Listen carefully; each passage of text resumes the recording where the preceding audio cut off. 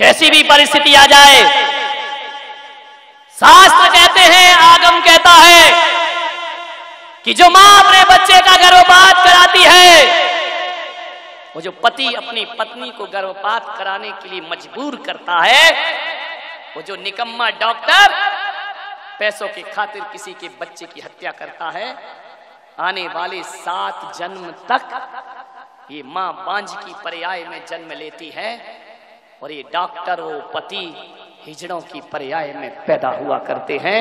दूसरों के बच्चों को देखकर ललचाएंगे, लेकिन तुम्हारी गोद में कभी किलकारियां आने वाली नहीं है, ध्यान रखिए।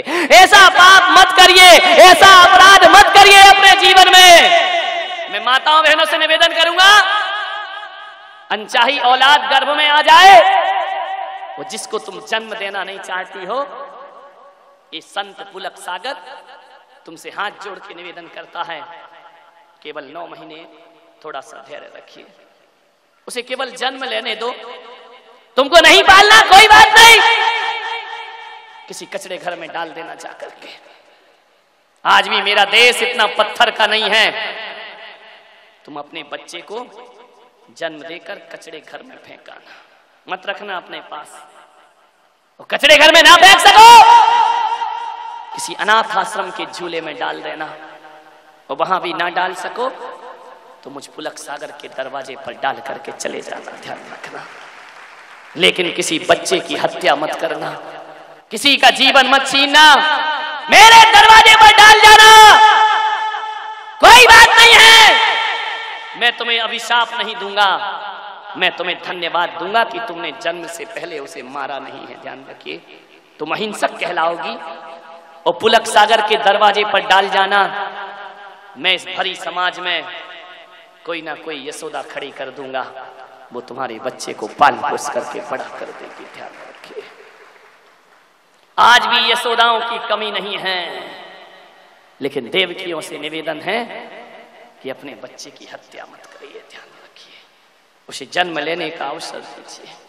कैसी भी परिस्थिति आ जाए, अनचाही औलाद आ गई है, आप महाजन हैं, आप ब्राह्मण हैं, आप जैन हैं, आप क्षत्रिय हैं, आपका कर्म जीवों की रक्षा करना है, जीवों को मारना तुम्हारा धर्म नहीं हुआ करता है। मुझे याद आती है एक बेटी, बड़ी साहसी बेटी थी, मेरी भक्त है, उसकी सगाई हो गई, शादी की तैयारियां, मंडप बुक हो गया, कार्ड बट गए। एक दिन उसकी मां को चक्कर आया, वो बेहोश होकर गिर गई। जैसे ही बेहोश होकर गिरी, घर के लोग परेशान हो गए, अस्पताल ले गए, एडमिट किया।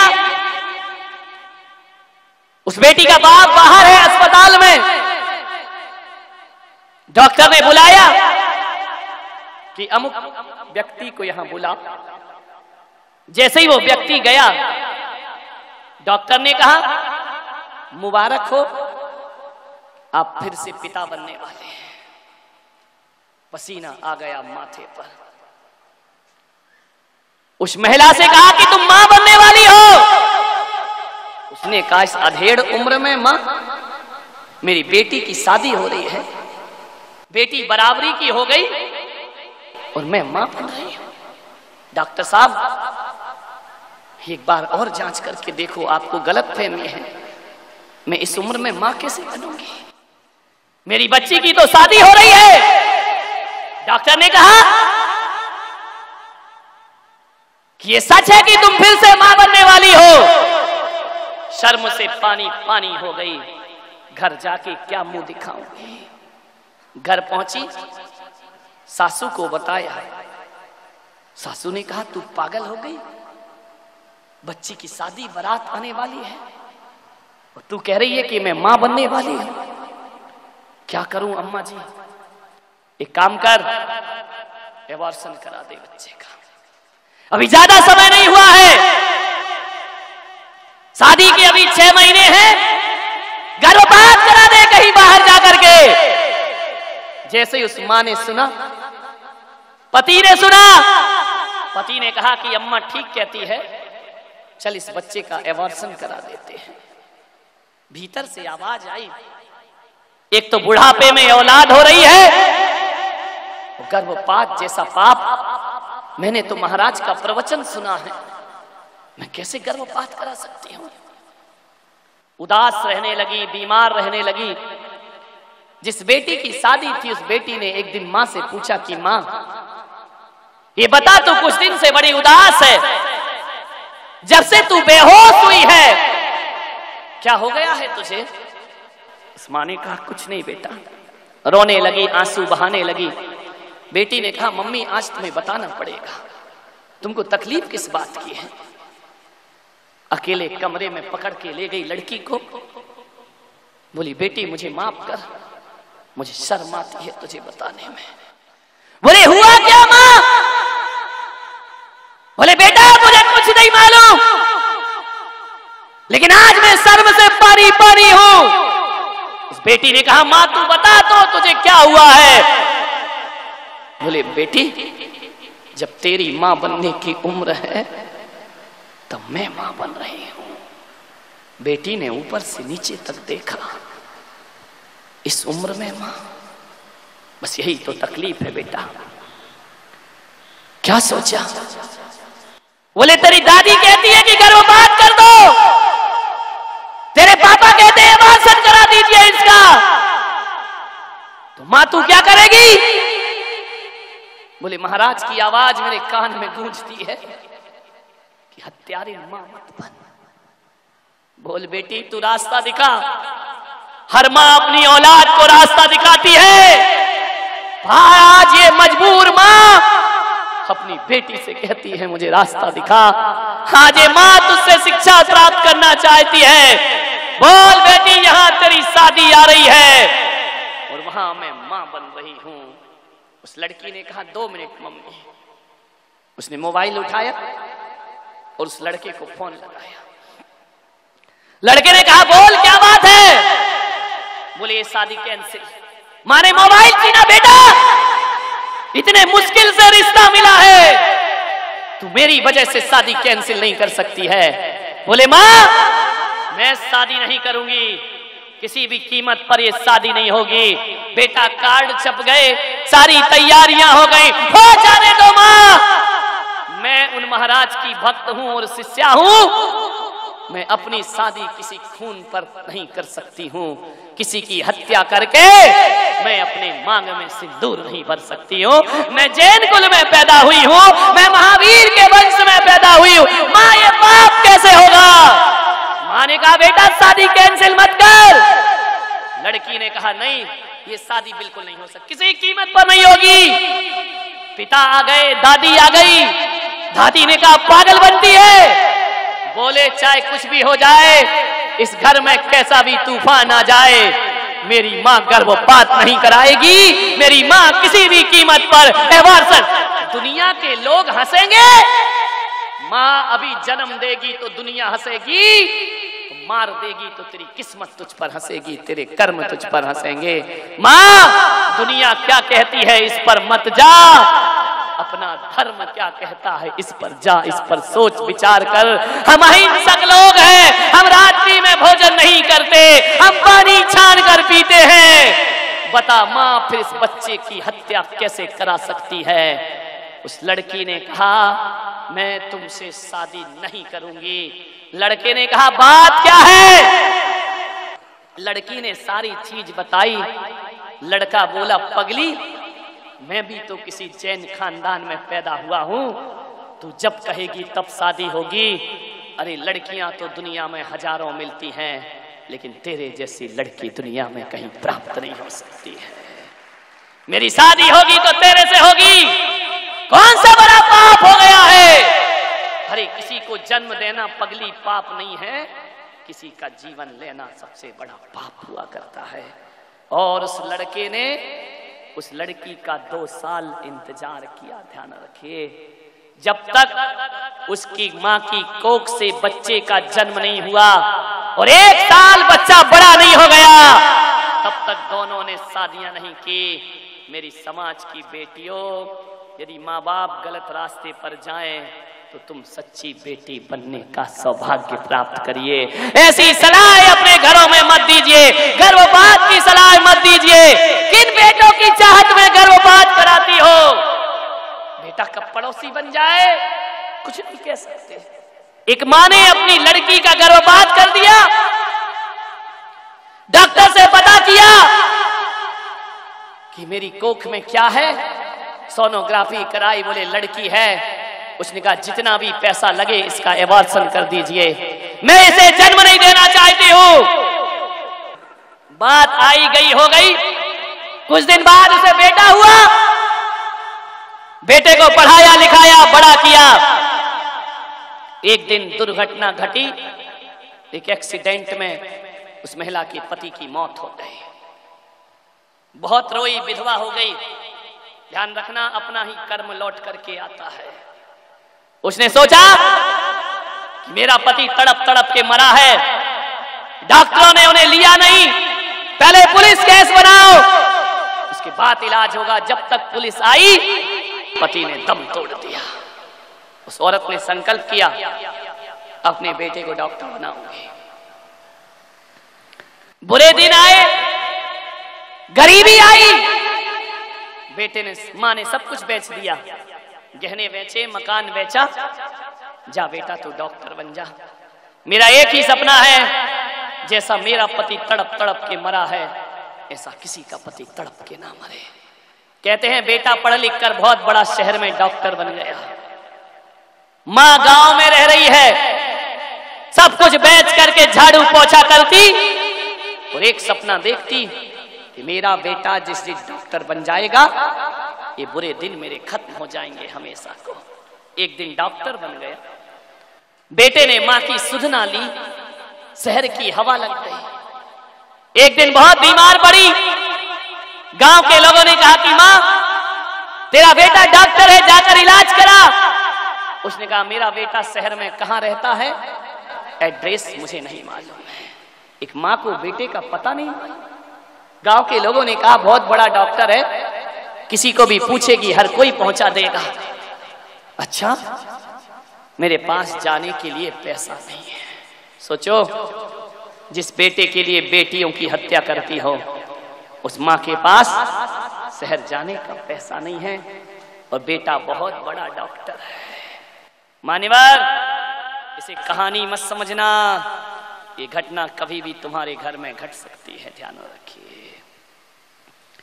गांव के लोगों ने चंदा चिट्ठा इकट्ठा किया, ले मां तू शहर चले जा।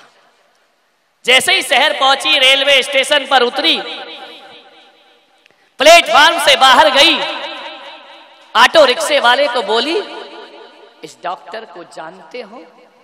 अरे रिक्शे वाले ने कहा बूढ़ी अम्मा कौन नहीं जानता उसको, इस शहर का बहुत बड़ा डॉक्टर है, बहुत बड़ा डॉक्टर।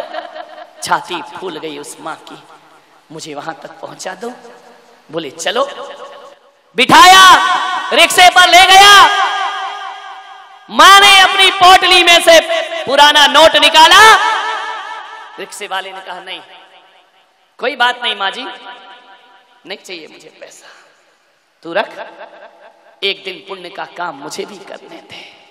मां ने बहुत समझाया, ले ले बेटा पैसा, मेरे पास क्या कमी है मुझे, मेरा बेटा इतना बड़ा डॉक्टर, इतनी बड़ी कोठी। आंखें फटी की फटी रह गई उस मां की। रिक्शे वाला चला गया, प्रणाम करके बेल बजाई, बेटा ने दरवाजा खोला। उसने कहा मां तू ये फटे पुराने कपड़ों में? बोले तू मेरा बेटा? देख मां कितनी बड़ी कोठी बना ली मैंने, कितना बड़ा अस्पताल है मेरा। मां के आंचल से दूध छलक आया। उसने कहा बेटा आज ये मां धन्य हो गई, तूने मेरी मेहनत सार्थक और सफल कर दी। आज मैं सब भूल गई कि मैंने एक दूसरों के कपड़े धोए हैं, झाड़ू पोछा किया है, इतना बड़ा डॉक्टर बन गया। भीतर से एक डॉक्टर और निकली। मां ने पूछा ये कौन है? बोले मां ये तेरी बहू है, शादी भी हो गई। बोले कॉलेज में साथ साथ पढ़ते थे, सब कुछ बहुत जल्दी में हो गया, हम तुझे खबर नहीं दे पाए। माँ ने कहा कोई बात नहीं बेटा, तू खुश रह, ये माँ का दुआएं तुझे है। कैसे आई माँ? 3 महीने से बीमार हूं बेटा, कोई इलाज नहीं हो रहा मेरा, गांव में अकेली पड़ी हूं, गांव वालों ने मुझे तेरे पास भेजा है। बेटा ने कहा कोई बात नहीं, मैं तेरा इलाज करूंगा।